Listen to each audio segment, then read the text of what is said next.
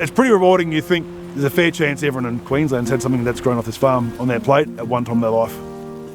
My name's Nathan Clackson. I'm the National Farming Manager for Barden Farms. Barden Farms is a family-owned farming business. We've transitioned from being a produce broker in the late 70s into a farming operation now. This farm in particular is about 250 acres, and we've got about 2 hectares of greenhouses and hydroponics under netting as well. In this Gatton side here, we grow brassicas, like cabbage behind us here, cauliflower, red cabbage as well, lettuces. We grow multiple herbs in greenhouses and Asian vegetables.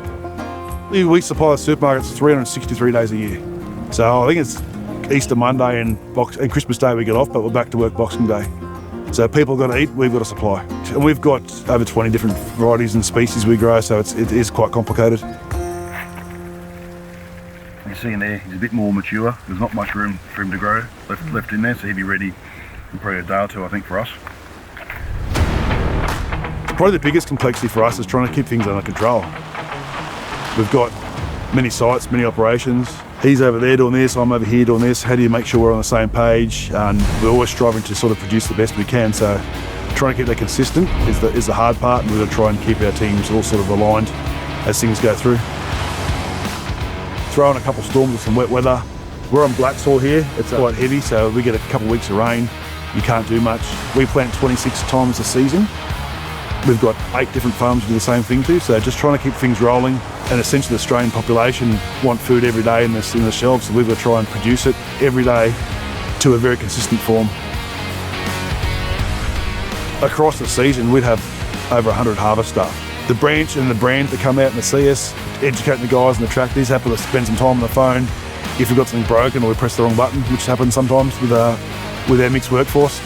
If we're trying to get a harvest window out with upcoming rain or a storm or whatever, we've got to work day and night to get it done.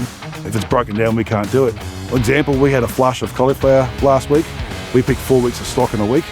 We're working big hours. Machines don't work, we don't work. The stuff gets out of size, we can't sell it. So cauliflowers have got to sort of be 130 to 160 millimetres. That could be a day's growth. If you miss it, it's pig food. We sort of progressed from other brands to John Deere the last sort of 8 to 10 years. I've clicked very well with Ben when I first met him, and we just started talking in particular about a spray tractor. We thought of using an old tractor and putting a Green Star in there to auto steer. Ben was very helpful and was happy to sort of go either way. Yeah, so I said, well, cool, decision made. I went with the green one. Nathan and I have had a pretty good relationship for the last 6 years. I think we've been dealing together. And he's always looking towards what's next and what we can do and what he can do in the future to help him grow and to be a more efficient business. So it's been a real pleasure.